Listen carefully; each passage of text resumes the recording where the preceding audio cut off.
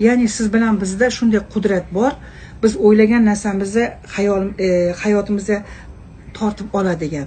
Masalan, mana mashina kerakmi sizga?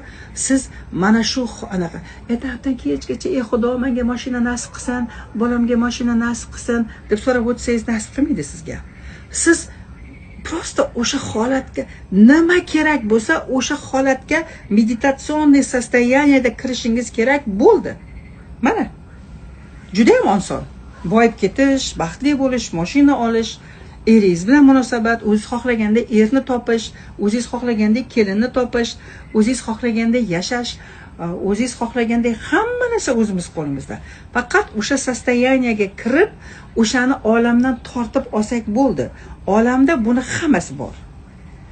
Allohning 99 ta ismi bor-ku, o'sha mana shuni ham bilmaysizlar-ku sizlar. Nima u? O'tgan safar men aytdim, Allohning 99 ta ismi o'zi nima dedim. Uni yodlab olishimiz kerak. Uni hammamiz bilishimiz shart. Uni hammamiz bilishimiz shart. Uni yodlab olishimiz kerak. 1000 ta mana shunday javob berildi. Nima foydasi bor uni yodlab olganda? Tavba qildim, men aytmaman. Tupizm. Uni yodlash kerak emas, undan foydalanish kerak. Alloh taolaning ismidan foydalanish kerak. U Alloh taolo sizga, bu meni ismim.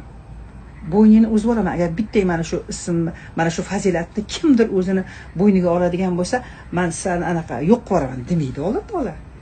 Uni maqsadi ham shu. Shu 99 ta fazilatni har bir bandasini qo'lida, bandasini bo'ynida ko'rsam deydi. Har birimizni bo'ynimizda o'sha 99 ta fazilati bo'lish kerak Alloh taolaning. Yomon emas-ku. Uni ismlarini har birini ma'nosi qanday zo'r bilgan odamga. Mana shu fazilatlar hammasi siz bilan bizni bo'ynimizda bo'lish kerak. Tasavvur qiling-da, har birimiz boy bo'lsak, baxtli bo'lsak, ana kimningdir sekretini kimgadir aytmaslik. 99 ta ismini hamma ichida yomoni bormi? Yomoni yo'q u. Har bir bandasida mana shunday fazilat bo'ladigan bo'lsa, olam jannatga aylanib ketadi.